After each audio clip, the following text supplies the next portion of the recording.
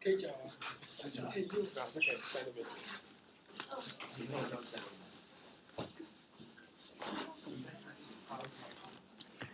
那个虽然很暗，可是可以不要睡午觉，拜托。然后，好，我有点感冒，所以鼻音很重。我是就是艺术季校资的负责人，叫刘冠宏。然后之前就第一次媒合的时候有来的话，应该有人记得，就是我那时候有跟大家说，我们有找一些学术的资源，就是一些校内的系所做结合这样。然后因为你们下礼拜就要写计划书了，这样，所以在这边就是跟大家讲一下我现在找到哪些教授，然后跟他们讲他们有哪些研究可以让你们去利用。就这是一个开放性，就是你们可以都不要用，也可以每个都用，就是没有差，就是看你们想不想，就是把它东西拿进来用。那当然是希望多用一点比较好，这样，因为他们就好不容易愿意跟我们做合作，这样。对，好。所以目前的合作名单就是我现在找到的有5个，然后我等一下会，有人是上面教授吗？有人是谁？李教授。好，那周打错。真的吗？周是首。对啊，你是材料系的学生吗？对啊。哦。好，那等一下他给你讲好了。好，没有关系。好的，反正我等一下会5个都会讲一下这样。然后下一个，就第一个教授是资工系的，然后他是那个，就他的专长是，他是数位相机与电脑视觉实验室，然后他的专长就是处理一些，视觉影像，像是那个 HitNet， 就是大家知道吗？X， 让你点一下那个名字，伟林，你点那个 Showtime 旁边那个点。跟校有点关系。就是我们去他实验室的时候，然后他带我们去他实验室，跟我们说他可以做这些东西。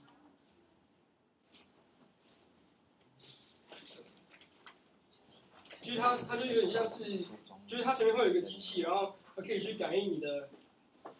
手，就是你的人，就是那个人，然后就是荧幕会显示的东西，然后它可以去感应你的，就是你不用带任何的东西，它就可以感应到你的手指还有你的手掌，然后上面那些是照片，那个界面是可以到时候可以再做一些特别的，就不一定是长这样，可以看你们想要做什么，然后可以直接这样抓下来，或者把它放大之类的，这样子。有人听懂我讲什么？好，所以但就是要跟你们说的，就是它不一定局限在这种形式，这只是那个教授给我们的一个范例。然后你们可以去想想看，用这样子的学术，可以去做什么样的互动界面之类的，这样子。就你们可以把它结合在你们要做的装置艺术品，比如说可以跟观众有一些互动之类的，然后可能可以让他去做一些事情这样。但是它有一个缺点，就是因为这台机器它的那个感应的方式是用红外线，所以它才可以感应得到。所以，那教授跟我说，他比较希望他这个东西是在室内才能做这样，所以室外的话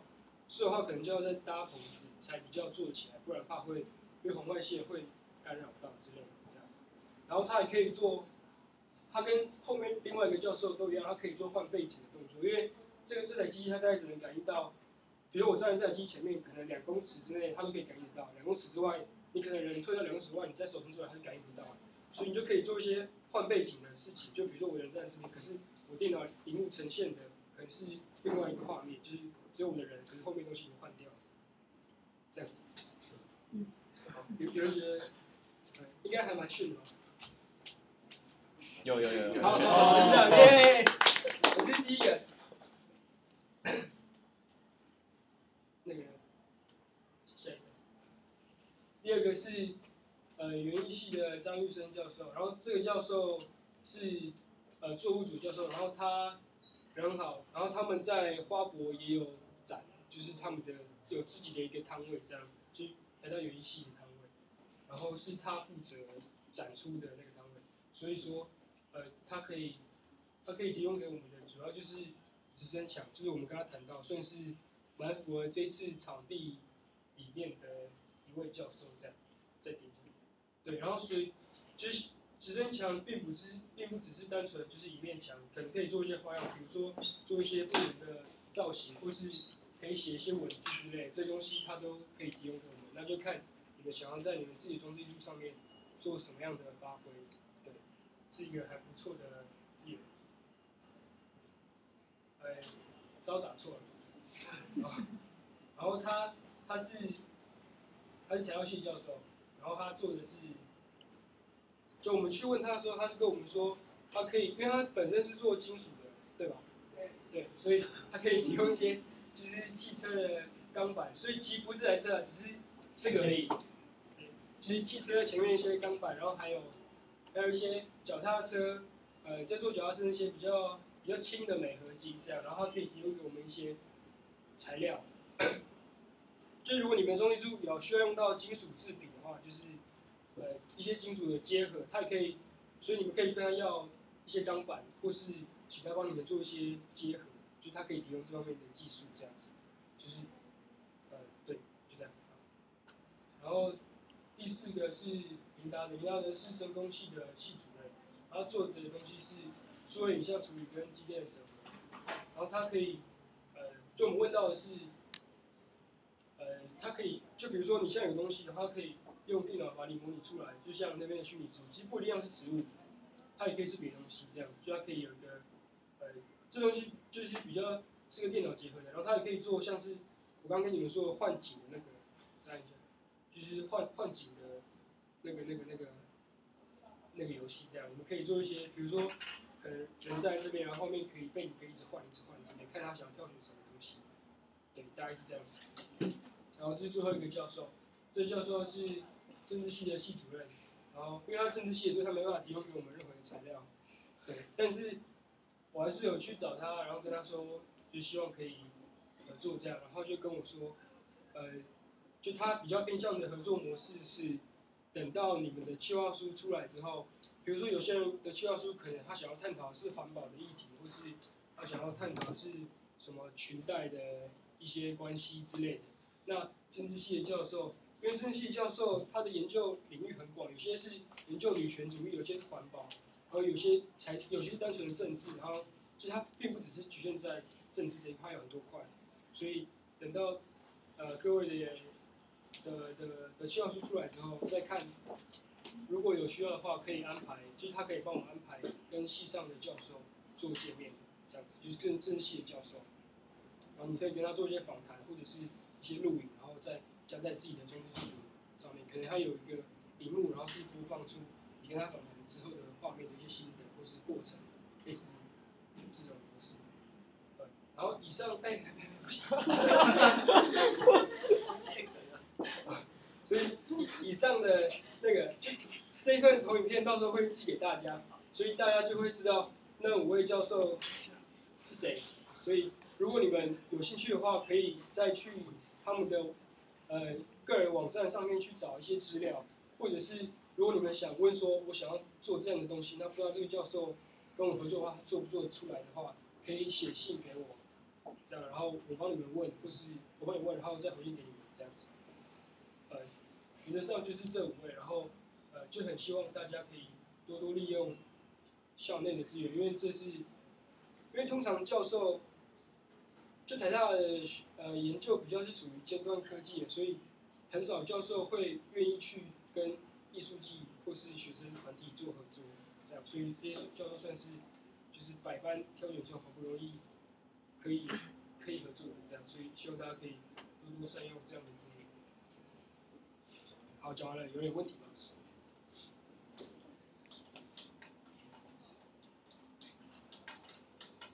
好，就是这样吧。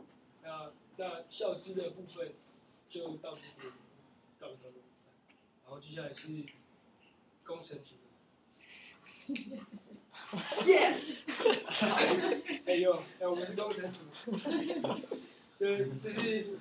是我们4个，这是我们工程组唯一的合照，找了很久。然后下面那个是我们的 Facebook 的名字，都 tag 好了，所以大家回去可以加一下啦，应该没有关系。好，就这样。好，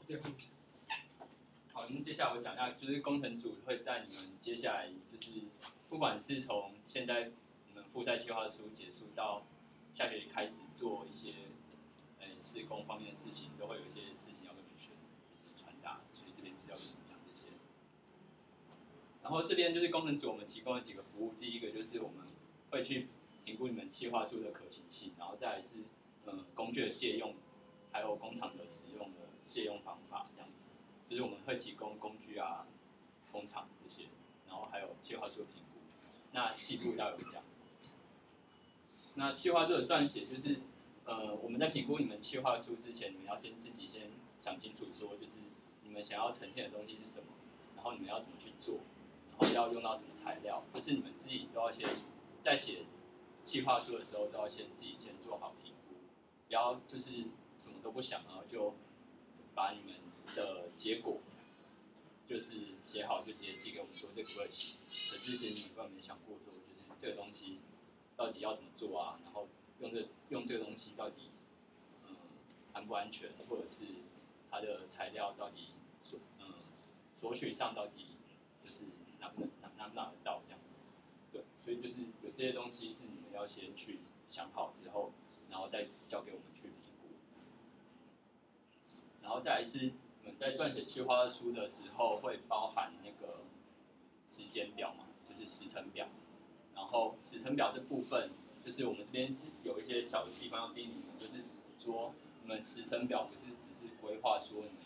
什么时候开始做，然后这个东西要做1个礼拜还是2个礼拜做完，然后哪一天之前要干嘛这样子。因为有一些细节的部分，像是你们收集材料也是要花时间的，然后那些材料要去哪里买，然后你们买的时间点你们要写在你们的企划书里面，然后采买的方式也要列进去，因为那个采买的方式其实有很多种，你们可以去商家买，也可以在网络上买，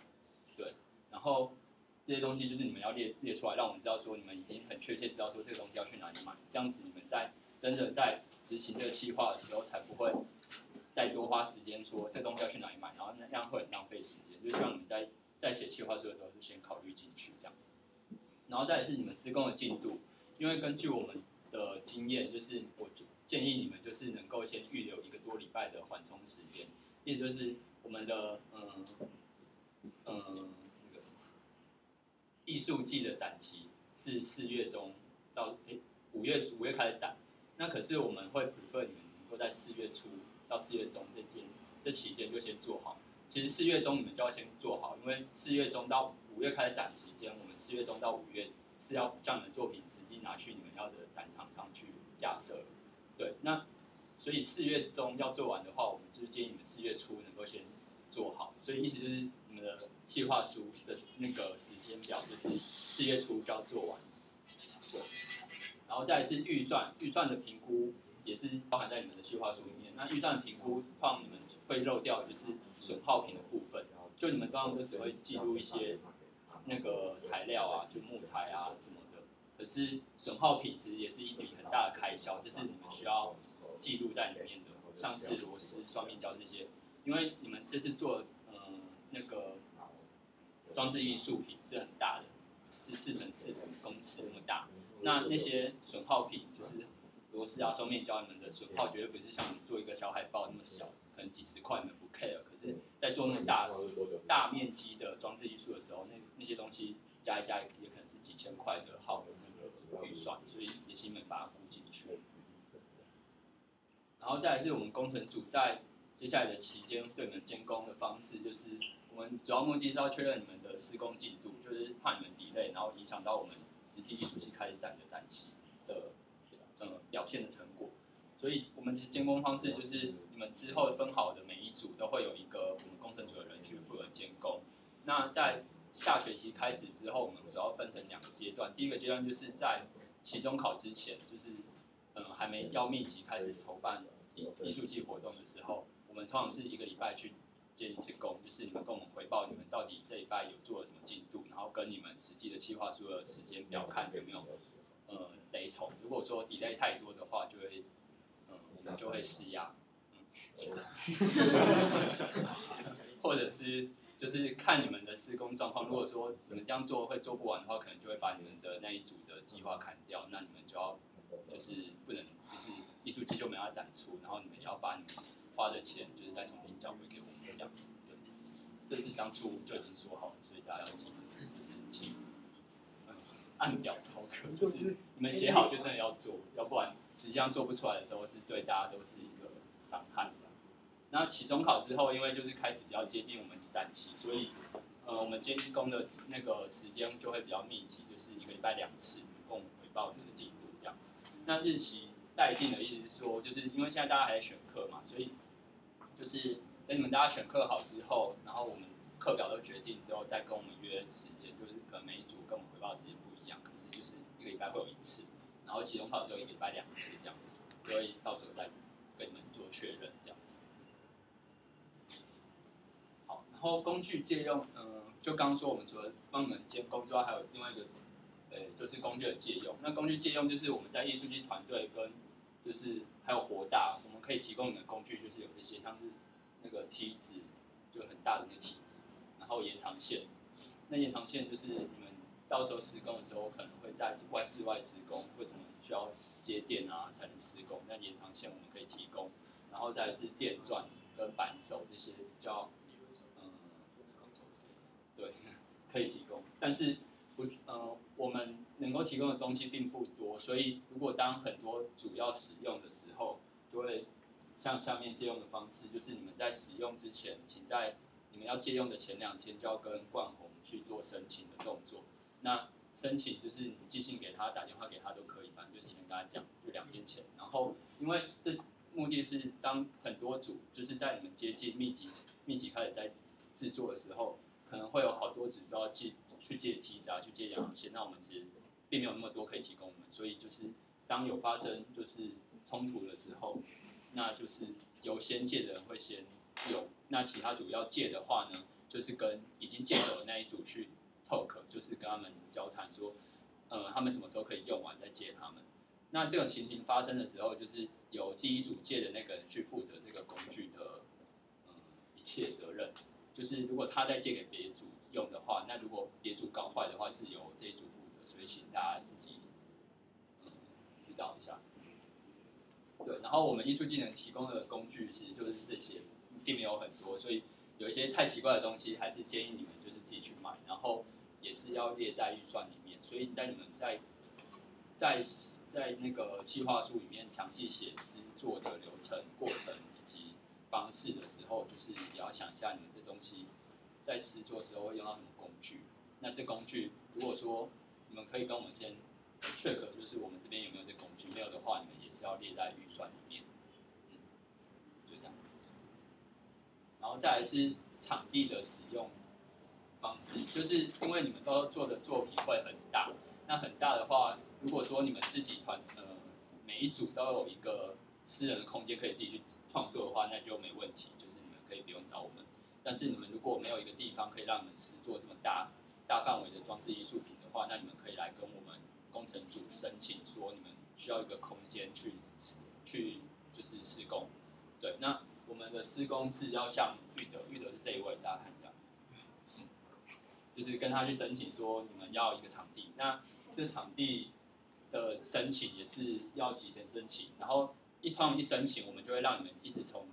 申请一直到使用到直接就是艺术期结束，所以你们创作就会一直固定在那个地点创作，然后只是这个地点虽然说是归你们去使用，可是请你们每一天都一定要结束之后一定要善后，不要把说一些垃圾什么都积在那边，这样子学校会就是会有困扰。那场地的话，大概会有这些地方，就是这个是重理，不知道大家知道，就是光合作用前面右边的那一块。好，然后再来是活大的这个地方是机械系跟活大中间那一块，然后有个平台，就是这条走廊。那这条走廊其实是这条走廊其实是空在那边没有用的，所以就是你们可以去跟我们申请借用这边的场地去做创作。那你们申请之后，我们也会帮你们规划一个小块的地方，你们就在那边做创作。对。然后再来是工厂的使用，就是工厂这边我们主要目的是因为当你们在施作过程间有一些大型的木板的裁切，或者是一些金属制品需要加工的部分，就你们自己买机具也是没办法做到的时候，就可以跟我们申请工厂，然后进去使用。那这部分有需要说明的地方是，机械系工厂就是待会会再重新再讲一次，因为待会下礼拜我们就有一个机械工厂的实习，那待会会讲。那他一样，这边工厂申请都是跟我申请，我是宇阳，然后仅在2天前申请，然后这是机械工厂部分。可是森林系工厂，你在1个礼拜前就先跟我讲，因为森林系工厂它比较特殊的地方是，你们没办法自己进去操作那些机具，就是你们可能有一块木板需要把它裁成一半或者裁成什么形状，那你们没办法自己去操作，可是你们可以给我你们的材料设计图，那这些东西给我，然后我再带你们去找那个森林系的工厂的师傅，请他帮我们代工。那代工他就帮我们，就是帮你把木材裁成你想要的形状，这样子。但是呢，这部分因为是师傅在操作，所以他会看你们施工的量。如果说你们有太多量的东西要给他去做代工的话，他可能会着收一些工钱。那这些可能也是你们会消耗的预算的一部分，对，所以要先跟你们先提过这样子。好，然后再就直接进到机械工厂实习。好。就是场地的部分啊，我们在3月中到4月中的时候借了活大的地下室，就是活大地下室的空间都可以给大家使用。那如果有一些地方可以储存，或者说不要太超过的施工，也可以在里面。那唯一的前提就是你们要确定作品之后可以从楼梯搬到1楼。对。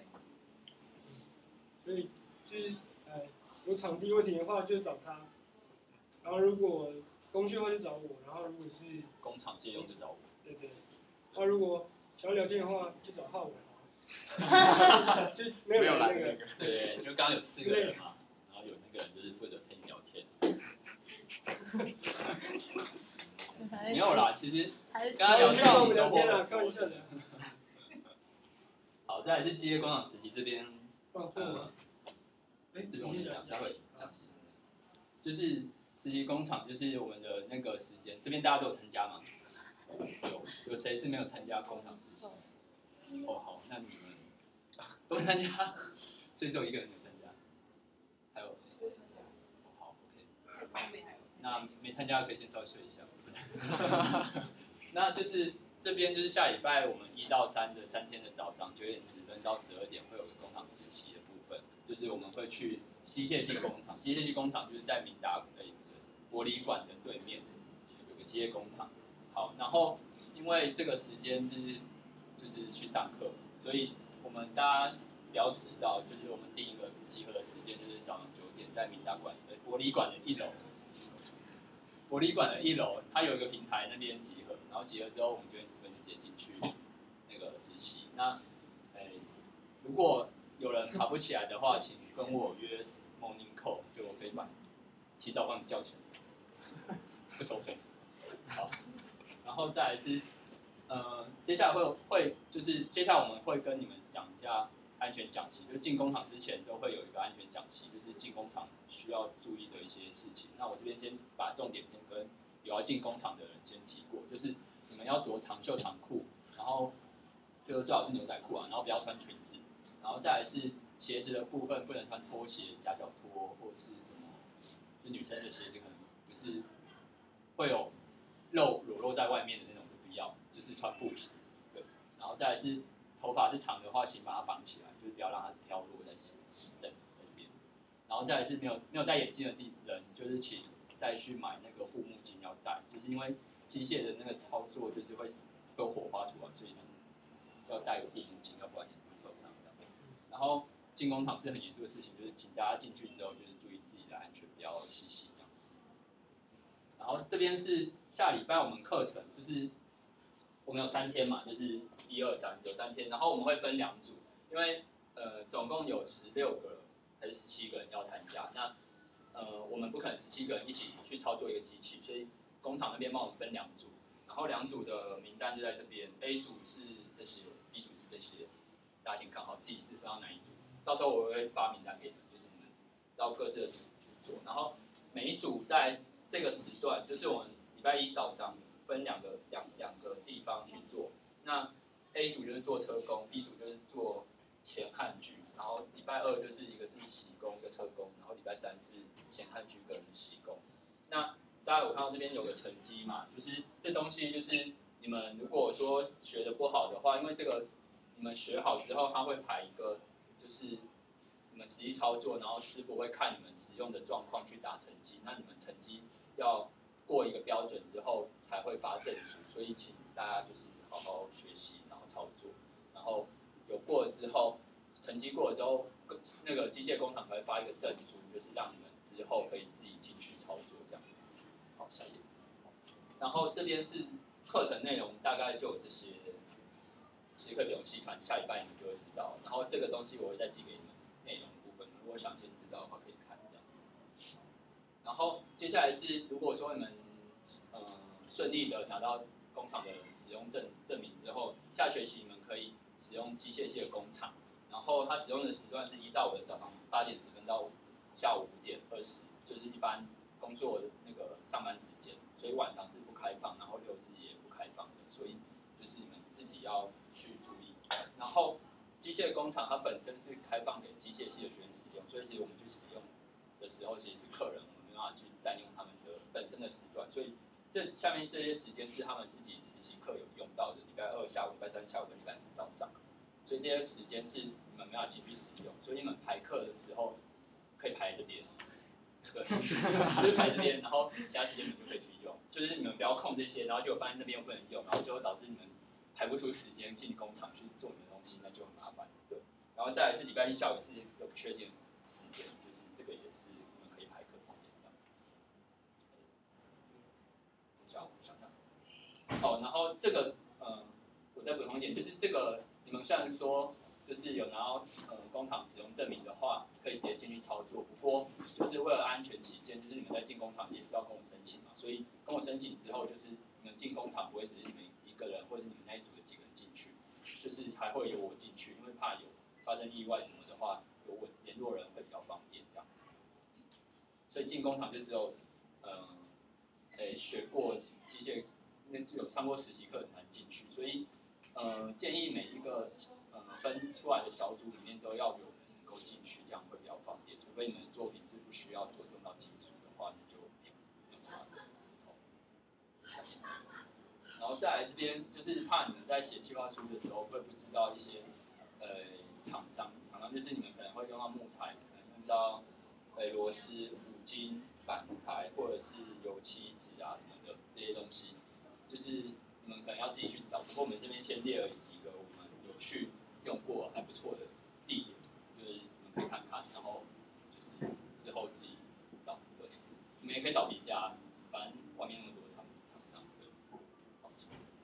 然后接下来就是我们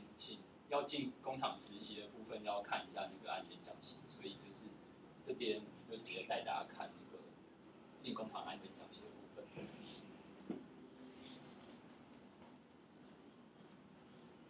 再来就是或者是你们分组的人，然后进工厂案件没有来的，就转告他们这个去熟悉，然后进工厂前一定要看这个东西，才能进去。对，这个比较有记。然后因为这个东西工厂师傅是说一定要看的原因是在你们进去之前，他会问你们这里面的内容，如果你们没看的话，被发现就超赛。好，我来讲，接下来就跟大家讲一下机械工厂实习。因为我是机械系的学生，所以我大一的时候也有修过工厂实习，这样，所以我比较知道里面在做什么。然后这边其实就是有人知道这工厂在哪里吗？就是在博物馆旁边，没有，它就是一个有点破烂的铁皮屋，然后里面就有很多的机器可以操作，这样，就是在那个飞机旁边那边这样。好，然后所以，这边就是一些机械系的教授，然后就是工厂工厂这门课。跟一般的学的，就是课程有点不太一样，就是它里面有大概10位师傅吧，然后他们是就是真的就是在工厂里面每天都在那边就帮忙操作或是代工一些零件这样子，所以他们是就专门就是教你们机台操作，就不会是教授来上课，是师傅上课这样。好，这边就是刚刚的玻璃管的旁边，就是机械系实习工厂，就是这个。下面的后面不是？这是玻璃管嘛，然后你们是约在这边的大厅集合，然后到时候会带到里面上课这样。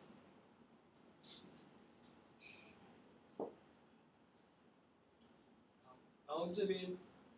就是在实习工厂的时候很注重的服装，因为机械系工厂是一个，它其实很危险，因为它的东西，因为你要做一些金属的切削，所以你的东西全部都是高速运转的一些机具，所以你只要手放进去，你的手就拜拜了，就是一定会消失这样，所以大家一定要很小心，然后要穿着的服装就是要有工作裙跟袖套。然后这个东西大家不用担心，就是机械系的工厂会提供给各位，所以你们就不用特别再去寄或是买，你们只要记得就是要穿长袖跟长裤，然后要穿布鞋，然后不可以穿就是要穿胶底鞋，因为你们会做焊工，所以你们如果穿就是金属的话可能会触电，我是真的，所以大家就是要注意一下。然后这是护目镜，如果有戴眼镜的就不用了，但是如果没有戴眼镜的话，可能要去买一下这样。对，然后，等一下太快了，就是看起来还蛮丑的，可是这样很安全，对，这样很安全。然后，好，就这样。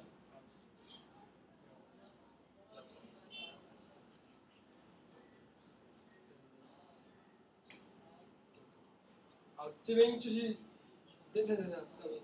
这边就是你们大概会学的东西。这个是车床，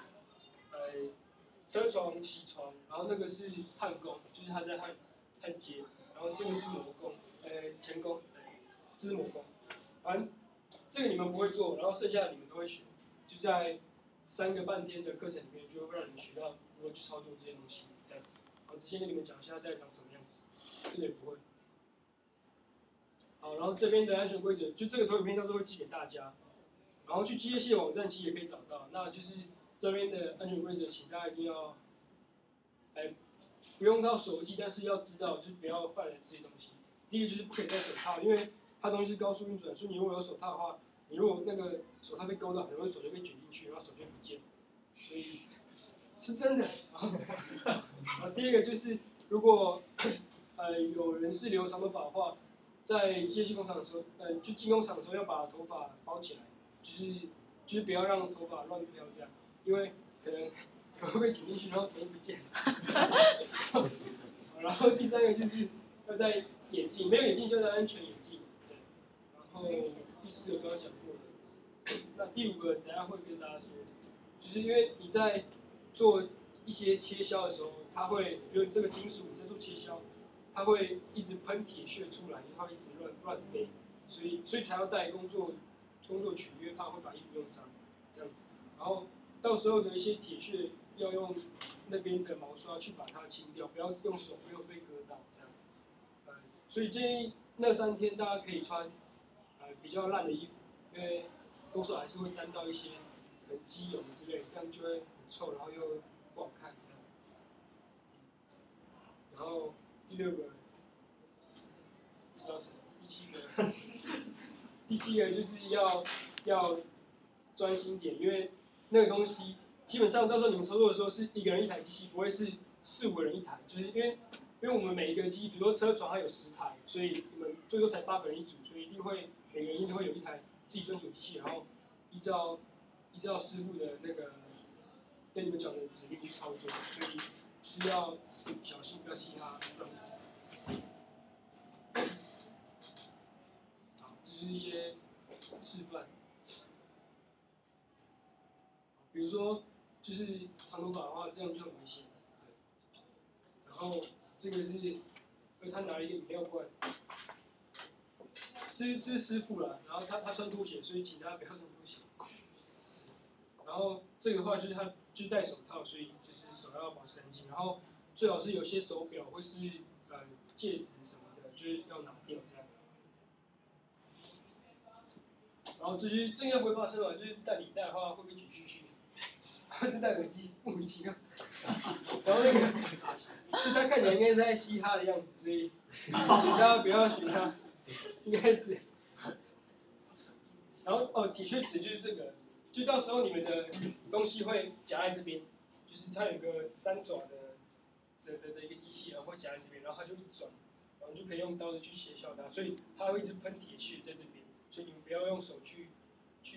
抓，这边有刷子可以把它扫掉，这样子就扫到旁边。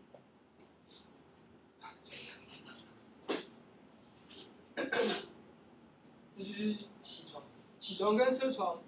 比较不一样的地方，就是车床做的是，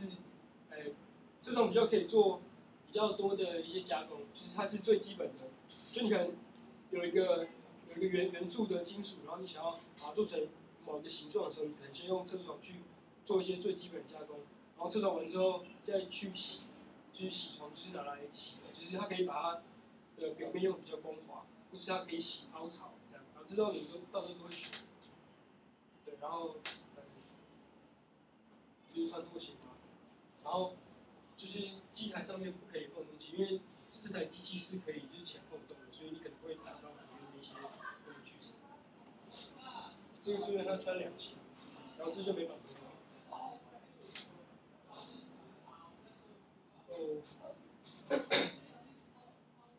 对，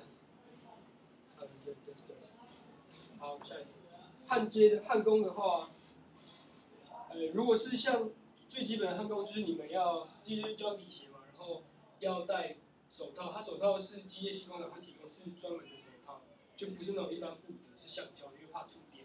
然后要戴的，就他会拿一个面具这样，也不是面具，就是一个面具，然后它就可以，因为它那个光太强了，所以你如果直接用眼睛去看的话会瞎掉，是真的，因为就是太亮，所以它那边就有点像是太阳眼镜，它可以保护你的眼睛这样。可是我如果没记错的话，这次工厂应该没有用到这个，没有，对，所以你们这次工厂，那时候本来是想要让你们去玩这些东西，可是因为师傅跟我们说，就是如果到时候你们开学的时候自己进去用的话，如果单独去操作这些东西太危险，所以他比较建议的是，就是用这种东西，就这东西叫电阻焊，就比如说你有一些铁丝或是一些比较粗的铁线，你要把它接起来，就是可以用这东西去焊，它就是这2个东西一夹起来，它就连起来，这样就是高温电阻，然后把它融化掉，它就可以连在一起。然后，所以这边都可以，所以这边的都不会做，然后这个我不知道这是怎样，就在那边凸一块，然后我也不知道到哪里做错了。对，应该是吧。然后前弓要上去，前弓这个可能大家以前高中或国中生活科技就有用过，它就是一个，反正到时候可能会学一些做一些螺纹或是牙纹之类的东西。然后还有一个东西，这东西可能是你们会最常用到的，就是钻床。比如说你要把一块金属，然后你要钻一个洞，可能要锁螺丝，或是要用什么，就要用这东西来做。然后它就是属于前弓的范围。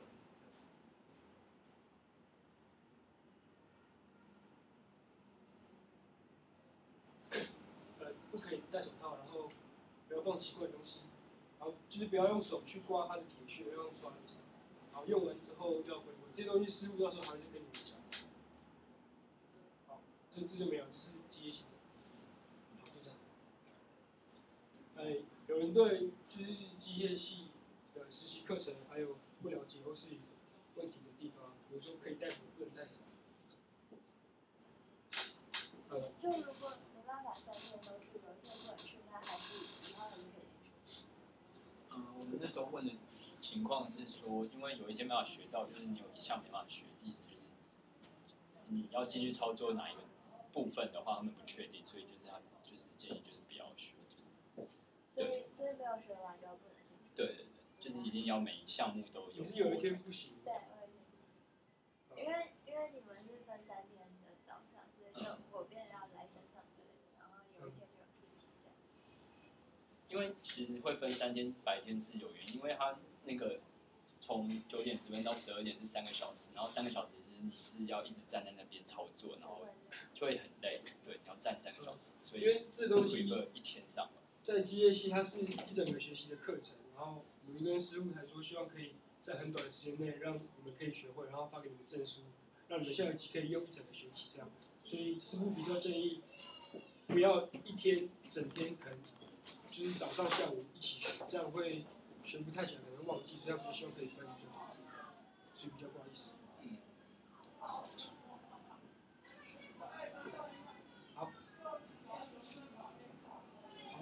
可以看这样记住。